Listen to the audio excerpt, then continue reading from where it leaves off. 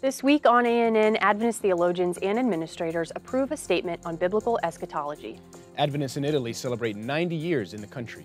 And a leader in the religious liberty community passes away. These stories and more coming up.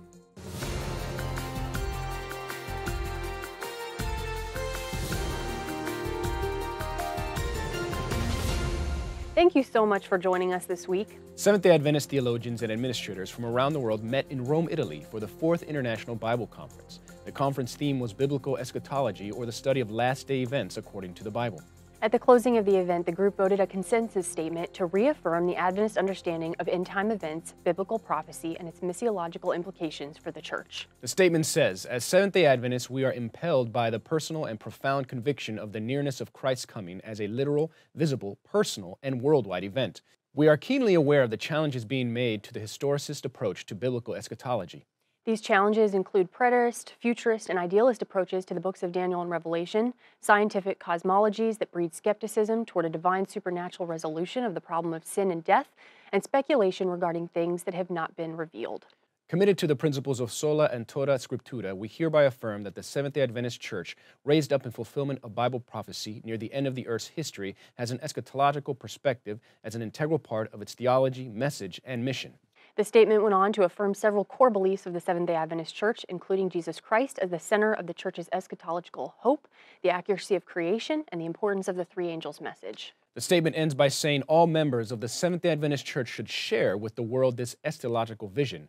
Amid increased skepticism toward this future hope and futile attempts to build a paradise on earth, we accept the challenge of proclaiming this biblical eschatology within our varied contexts and dedicate ourselves to the work of finding effective approaches to meet these challenges. To read the full statement, visit news.adventist.org. More than 700 people filled an Adventist church in Rome, Italy to celebrate the 90th anniversary of the Italian Union of Adventist Christian Churches. President of the Adventist World Church, Ted Wilson, attended the event and thanked God for the religious freedom enjoyed in Italy. He also reminded attendees not to take religious freedom for granted, as it requires constant vigilance. More than 750 people filled the church in Piazza Volture, Rome, to participate in the historical event celebrating God and the faith of those who fought over the years to see freedom of conscience recognized in their country. In addition to those who filled the halls, hundreds of people watched via Hope Channel Italia, Facebook, Adventist Radio, and YouTube. Also during the ceremony, Wilson and retired former Director of Public Affairs and Religious Liberty for the region, Gianfranco Rossi, were honored. The 94-year-old Rossi was honored for the highly qualified and tenacious commitment in promoting requests for religious freedom for Italian Adventists at the institutional and religious premises of the country. Wilson received a copy of the Torre Pellecce Church Register consigned to the World Church. It shows the name of the first Adventist in Italy and in Europe, Catherine Revel. Revel became an Adventist in 1864. She was the only Seventh-day Adventist in her community for about 20 years. Roland Hegstead, former editor of Liberty magazine and veteran denominational worker, has died at the age of 92. Hegstead passed away June 17 in Dayton, Maryland. Ted N.C. Wilson, president of the Seventh-day Adventist Church, said Hegstead was a wonderful church leader in the area of freedom of conscience and religious liberty. He served with absolute distinction in his capacity as an editor and was an excellent speaker who helped keep a strong focus on the need for religious liberty. Hegstead served as editor of Liberty magazine for 35 years while simultaneously serving as associate director of the church's public affairs and religious liberty department. Hegstead began his tenure with the denomination as an evangelist in the Upper Columbia Conference of the Seventh-day Adventist Church. Through the years, he has served as associate editor of These Times, book editor for the Southern Publishing Association, and interim editor of Insight magazine. Under his leadership, Liberty magazine received over 80 awards, including the Associated Church Press Award of Merit for General Excellence 6 times, and circulation increased from 165,000 to more than 500,000. Along with Stella, his wife of 70 years, he is survived by a son, Douglas, daughters Cheryl Clark and Kimberly Handel, and 4 grandchildren. Hegstead and his wife were members of the Spencerville Seventh-day Adventist Church in Silver Spring, Maryland. The third annual meeting for Advent Care Europe Network, an Adventist Health Institutions Network, took place this month in Norway. The event was hosted at the Adventist Rehabilitation Center, Skogli, in Lillehammer, Norway. Leaders from 7 institutions across 7 countries were in attendance. Also in attendance at the meeting were Inter-European Health Ministries Director Valerie Dufour and the newly appointed Associate Director for the Health Ministries for the General Conference, Torben Berglund. The Adventist Care meeting in Norway provided an opportunity to foster relationships between European institutions across 3 regions of the Adventist Church, including the connection with a psychiatric clinic in South Africa. Through presentations, group discussions, and informal conversations, the meeting fulfilled the mission to develop an international network, providing support and expertise to the leaders of health institutions and services in line with the Seventh-day Adventist health message. For more information of the Advent Care Network and its next session, please visit advent-care.eu. 67 graduates of Adventist University of Africa, or AUA, marched down the aisle to receive their degrees during the 7th annual graduation weekend. Commencement speaker Ganoun Diop, Director of Public Affairs and Religious Liberty for the Seventh-day Adventist World Church, said, "Degrees are just tools to proclaim the most excellent one, Jesus Christ. Our real calling is connected to love. Without it, any excellence is an illusion." He urged the graduates and audience to look at Jesus, the epitome of excellence. During the ceremony, Ademola Tiohi, President and Vice Chancellor of Babcock University, reminded the students that their training prepared them to serve the world, to transform the world, and that their existence is not meaningful by just living to be served, but to serve others. One of the graduates, John Nyagi, saluted the Adventist Church's world headquarters for bringing Adventist education within the reach of most Africans by establishing the Adventist University of Africa. Also during the same graduation weekend, the Adventist Church in Africa launched the African Seventh-day Adventist History website. The website, created and operated by the university, is a one-stop shop for free information, documents, and material on the history of the Seventh-day Adventist Church in sub-Saharan Africa. The website was born out of a partnership with the 3 African regions of the Adventist Church: East Central Africa Division, West Central Africa Division, and Southern Africa Indian Ocean Division. The website can be accessed at africansdahistory.org. Coming up, the GAIN Conference heads to Seoul, Korea. But up next, Pathfinders get a national day in Brazil.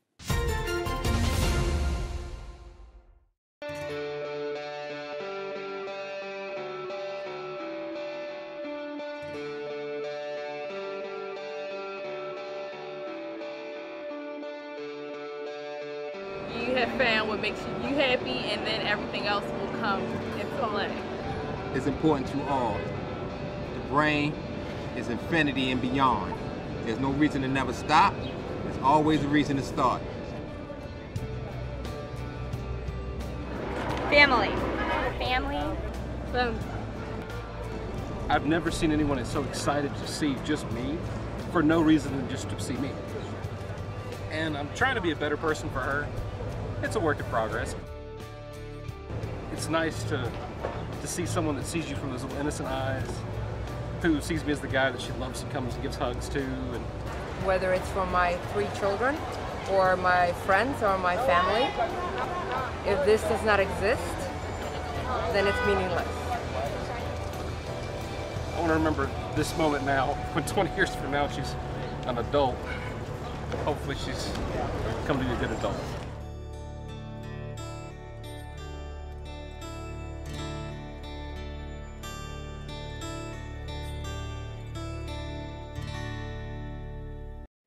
Do you have sitting disease?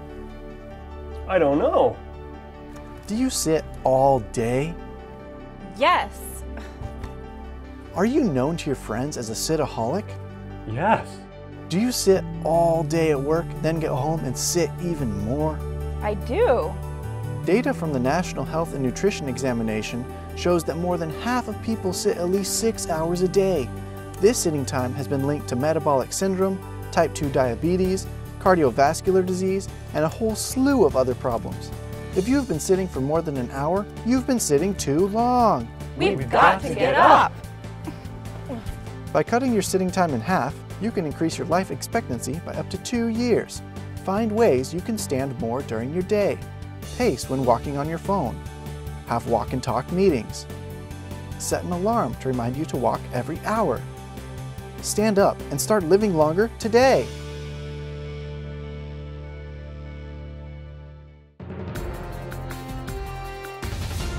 The Brazilian Congress in Brasilia, Brazil, is initiating the process to create a bill establishing September 20 as National Pathfinder Day.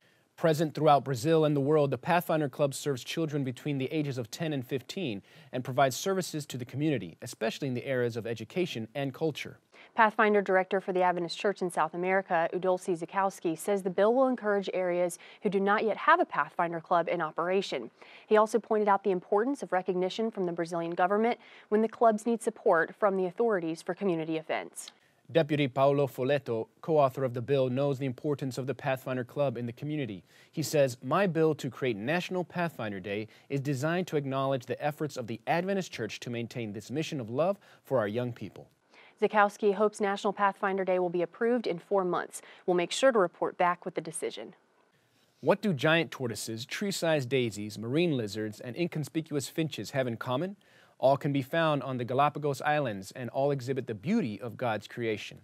On June 27, exactly 4 months before the World Church celebrates Creation Sabbath, the Geoscience Research Institute released a 4-part series of short films to help Christians think about these amazing island plants and animals from a biblical, faith-affirming perspective. In the future, the 4 Galapagos design films will be translated into Spanish and possibly other languages. More releases are planned in the lead-up to Creation Sabbath on October 27, 2018. Each of these short films is available to freely stream from the Geoscience Research Institute website at grisda.org. The media evangelism ministry It Is Written received 6 Telly Awards last month. The 39th annual Telly Awards received 12,000 entries from all over the world for various categories. The awards honor excellence in video on all screens and devices, including social media videos, promotional videos, commercials, television programming, and more. It Is Written's A Lamp Unto My Feet won a silver award in the general biography category, competing against others like NBC Sports Group, CBS Sports, Telemundo, and In Touch Ministries. Effective Prayer won 2 bronze awards for general religious, spiritual, and general education. John Bradshaw, speaker and director of It Is Written, expressed how proud he was of his team. He said, "This recognition shows not only that our It Is Written team is working at an extremely high standard, but that there's a genuine commitment to excellence in ministry. Good work means successful ministry. Our staff and those who make this ministry possible, our partners and supporters, can know that we're working as effectively as possible to reach souls for God." For the full story and a list of It Is Written's winning entries, visit blog.itiswritten.com. The president of Adventist Healthcare Services in Inter-America, Elie Henry, was recently awarded the 2018 Global Service Award by Loma Linda University in the U.S. state of California. Henry was honored during LLU's School of Public Health commencement ceremony. Henry was commended for his forward thinking as an administrator and for his focused visionary leadership and administrative judgment in supporting collaborations with LLU Health in the mission of teaching and the healing ministry of Jesus Christ. The award carries great significance for Henry, who oversees 14 hospitals and 24 clinics throughout the territory. Henry thanked LLU and said the award meant the university is truly an international institution focused on global outreach of the healthcare ministry. Henry added that LLU has been instrumental in the hospital network growth of healthcare institutions in Inter-America and has strengthened the sacred mission of helping people heal beyond physical recovery. In Henry's 48 years of service, he has served as a physician, medical director, and chief of medical staff in Haiti and Guyana, as well as health ministries director at conference, union, and division levels. The 3rd graduation ceremony for the His Hands Medical Missionary online course in the Northern Asia Pacific Division Church region took place at the Seoul Seventh-day Adventist Language Institute. In a speech, His Hands Medical Mission leader Joanna Kim encouraged graduates to spread the mission movement to the world.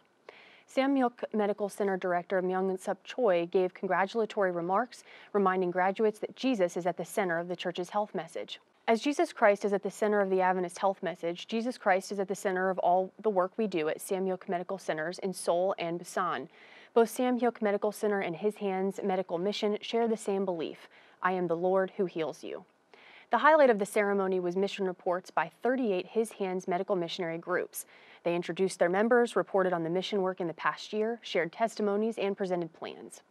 Some of the groups have been invited to help with local evangelistic meetings, which are scheduled not only for Korea, but also for Mongolia and Taiwan.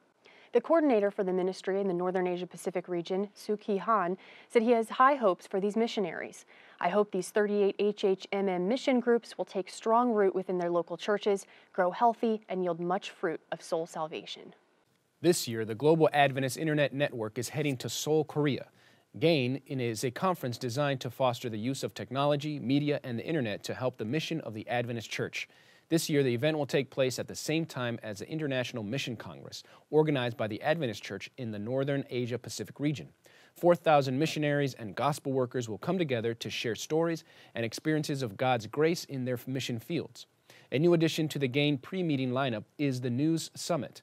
The News Summit will bring Adventist journalists and communicators together to discuss new software, global initiatives, and trends, all in the area of news. We believe these 3 events will inspire you to heed Christ's call to reach the world. Early bird registration is over, but you can still register for this amazing event until June 30th.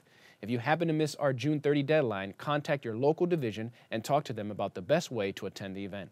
For more information, visit gain.adventist.org.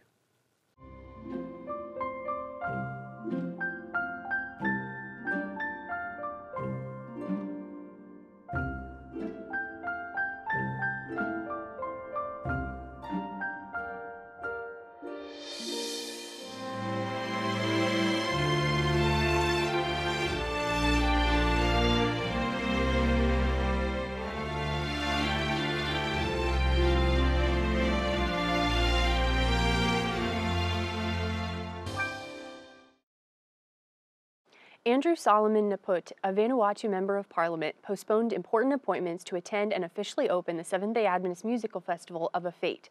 The island of Afate is home to Harborside Port Vila, Vanuatu's capital and economic center. This annual gospel singing event was initiated by the Seventh-day Adventist Church in 2012 to celebrate the Adventist movement in Vanuatu, a South Pacific Ocean nation made up of roughly 80 islands. Naput said the program was special because it promoted original songs from singing groups.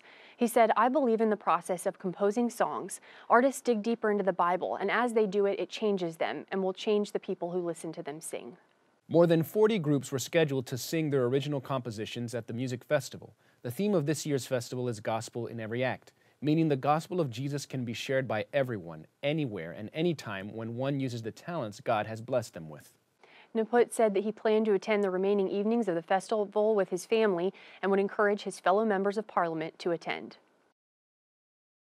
Coming up, Emily Mastrapa is here to preview Children's Sabbath. But up next, we have a special story from Adventist Mission.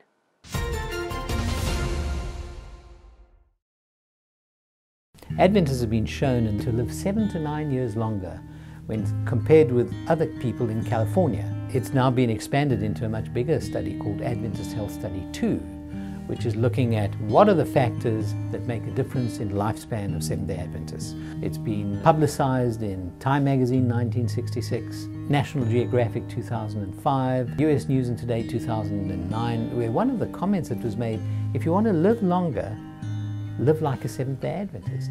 So the evidence is clear, it's all in. Seventh-day Adventists have a definite health advantage. I'm Dr. Peter Landless. I'm a physician. I have the basic MD qualifications as well as a specialty in family medicine, a specialty in internal medicine, a specialty in cardiology and a subspecialty in nuclear cardiology. The latter two have included fellowships in the American College of Cardiology, the American Society of Nuclear Cardiology, and being board certified in nuclear cardiology here in the United States. I had the singular privilege of serving on the Physicians Board of Healthcare for President Nelson Mandela. I was second in charge of the Department of Cardiology at our university at that time. He's a man who just shares the joy of loving people and wanting to see reconciliation take place. It was a wonderful, wonderful experience. We sometimes try to spread a message of good news. We must be the message of good news. Well, how do we do that? We do that by meeting the needs of people, by caring for them unconditionally, by having no strings attached to our relationships with individuals. It's by feeding people when they are hungry. It's by giving them clothing when they are naked. And that tends to move people to say, well, why would you do that? Well, the reason that we would do that is because that's what Jesus did.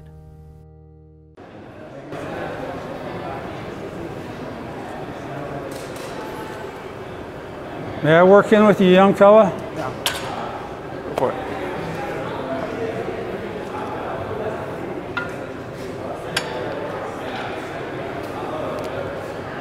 That's the way you do it. Got to put a little weight on it.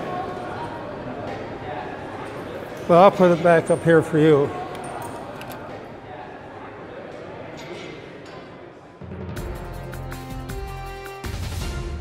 Welcome back.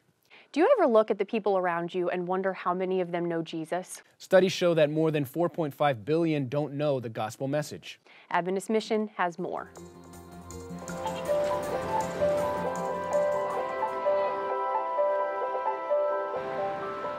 Every day people begin to leave their homes in the morning. They crowd the streets. Cars, trucks, pedestrians, and even bicycles and other modes of transportation begin the journey to somewhere. Do you ever look at the people around you and wonder, how many of them know Jesus? What if we look at the world? The same scene happens in cities, towns, and villages all around the world, in country after country. What if we could see all these people and ask ourselves, how many of these people know Jesus? So let's look at the world today. Just how many of those people do know Jesus? Today, there are some 7.5 billion people living on this planet. Christians make up 1/3 of that number, which means that 2/3, or about 4.5 billion people, don't know Jesus as their Savior. For some time, many Christian denominations have talked about the 1040 window as an imaginary rectangle drawn on the world to show the area that is least reached by the gospel. If you imagine a world map, the 1040 window goes from 10 to 40 degrees north latitude and stretches from northern Africa to Asia. It includes the Middle East, India, and Southeast Asia. Although it's a small part of the entire world, it's densely populated. Nearly 60% of the world's population lives here. Traditionally, this region has been home to some of the world's poorest people, and it is home to most of the major world religions, including Judaism, Hinduism, Buddhism, and Islam, whose followers make up most of the population. There are also many people who do not follow any religion. There are more than 5,800 unreached people groups in the 1040 window. This is roughly 3 billion people. The 1040 window is also home to some of the world's fastest growing cities. People are flooding into major cities such as Mumbai, Tokyo, Jakarta, Casablanca, and Beirut, where they can find work. As they grow, these cities are making improvements to infrastructure, education, and economic development. In other words, not only are these cities growing, they are also improving. Like any city, there are also areas where people struggle to make a living. When most people think of mission work, they often think of remote villages. People still live in remote villages, but as more people flock to the cities, you could say the villages have become vertical. These vertical villages are also known as high-rise apartments. The number of people in one high-rise building equals as many or more than the number of people in many of those small villages. And whether they recognize it or not, today's high-rises are starting to accept their role as villages. Many apartment complexes today have 1 or 2 floors, usually near the ground level, that feature shops and restaurants, sort of like a village center. So people who live in these buildings become part of an apartment community and rarely have to leave their village except to work. In countries such as Indonesia, church members are working on starting new church plants in these vertical villages. Some have even started small urban centers of influence to offer a connection point for Adventists and the people in these communities. Please pray for the people of the 1040 window, especially for the vertical villages here, and pray for mission in this most challenging frontier. Thank you for your mission offerings that are helping touch lives in the 1040 window.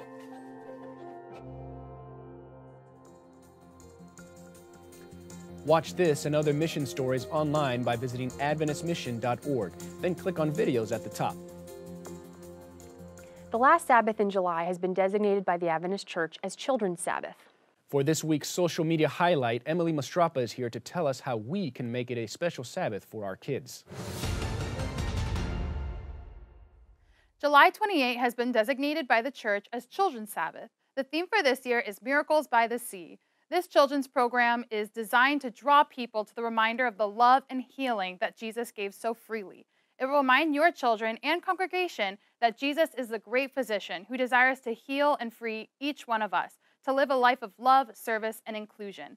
It is comforting news to know that we have a Savior who cares about our every need and compels us to do the same through the guidance of the Holy Spirit. There are so many hurting people in our world today. If we follow Jesus' caring ways for one another, we can make a difference in sharing our hearts and lending a hand. Let us be reminded of the healing work that the Spirit does through us. The North American Division Children's Ministries Department has made available some great resources. Visit childmin.org for the entire program and activity ideas. They even have a skit that the children of your church can perform. Children's Sabbath is a day set aside by churches all over the world for the purpose of spotlighting and affirming the children around us. It also draws attention to the needs of children at risk in our world. This is a Sabbath when the children of our church have the opportunity to share the gospel in their own words. The more you invest in planning and promoting this special day, the more impact it'll have on your church and community. And finally, for today's episode, let's turn to Kenry Hilton for a look at Adventist history. This week, the General Conference of Seventh-day Adventists moved from Tacoma Park, Maryland to its current location in Silver Spring. There are a number of noteworthy events this week, beginning with the events of June 25, 1950, when armed forces from North Korea invaded South Korea, setting off the Korean War. This prompted Adventist missionaries to be evacuated to Japan. The war took a toll on Christians, with many Seventh-day Adventists losing their lives and many others losing all their possessions. Many churches were also destroyed. And those missionaries evacuated to Japan began actively evangelizing in Osaka, where there was a large Korean population. James Lee and George Munson conducted evangelistic campaigns here, resulting in many being baptized. Evangelism efforts led to the erection of a church building in Osaka for the Korean converts. Also this week, on June 26, 1842, Ellen Gold Harmon, better known as Ellen White, was baptized by immersion in Casco Bay, and the same day was received into the Methodist Church. On June 30, 1876, ministers R.M. Kilgore and E.W. Farnsworth pitched what was probably the first gospel tent in South Dakota at Elk Point for a series of meetings. The novelty of a tent meeting caused many to attend. When Farnsworth and Kilgore moved from Elk Point, they left a group of 24 believers. The Elk Point Church was eventually organized less than a year later. Finally, June 30, 1989 saw the completion of the relocation of the General Conference from Tacoma Park to Silver Spring, Maryland. Here, we see photos from the groundbreaking ceremony a few years earlier. And here is a photo of the completed building as it is today. The grand opening for the new building would take place later that year. And that was This Week in Adventist History. Thanks for watching ANN. Join us next week for more news from the headquarters of the Seventh-day Adventist Church. We'd love to hear from you. Send us your feedback and tell us how your church is making a difference in its community. Be sure to capture plenty of video footage and photos, then write up a summary of the event's important details, and feel free to send full video reports as well. You can reach us by sending an email to annvideo11@gmail.com. Before we say goodbye, here's some good news from the book of Psalms, chapter 65, verses 2 and 3. The passage says, "You who answer prayer, to you all people will come. When we were overwhelmed by sins, you forgave our transgressions." That's our program for this week, but remember, you can always visit news.adventist.org for daily news and videos. Until next time, God bless. Take care.